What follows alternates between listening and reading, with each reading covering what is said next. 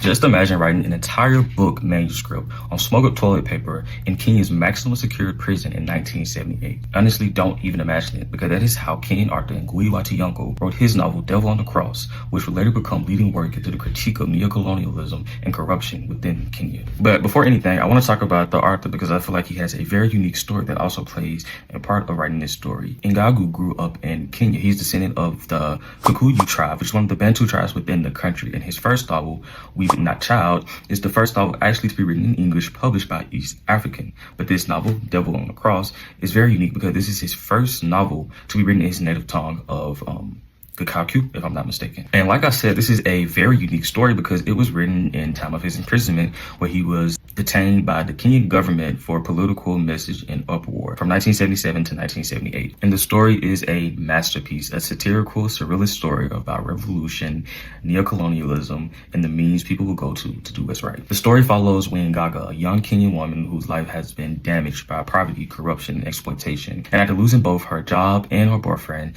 she sets a journey to her hometown in Nairobi to go back to her parents' house. But on that ride, she is told of a feast called the Devil Feast. And at this feast, there are wealthy businessmen, politicians, profiteers, anybody who is basically inhumane and bad. And they're at this competition where they boast about exploiting the ordinary people of Kenya and taking all their wealth and the fruits of their labors and so on. And through this very grotesque and inhumane competition, the novel explores the lingering effects of neocolonialism and the rise of corruption post-independence and just the gap between rich and poor. And our main character, Ngugi, shout out her, goes through this very, very powerful transformation as she transferred from someone who is victim of the oppressed to someone who is confident and is willing to do the right thing to help others and believe in what she believes in. And I can say frankly that even the novel corrected some of my ignorance when it came to foreign affairs. Now, I do think this is a very less conventional novel for a lot of people. Some might not get through it, some might not even pick it up. But if you're a person who wants to learn more, who wants to look through the lives of other people, I highly recommend that you go through this book because its critique on corruption and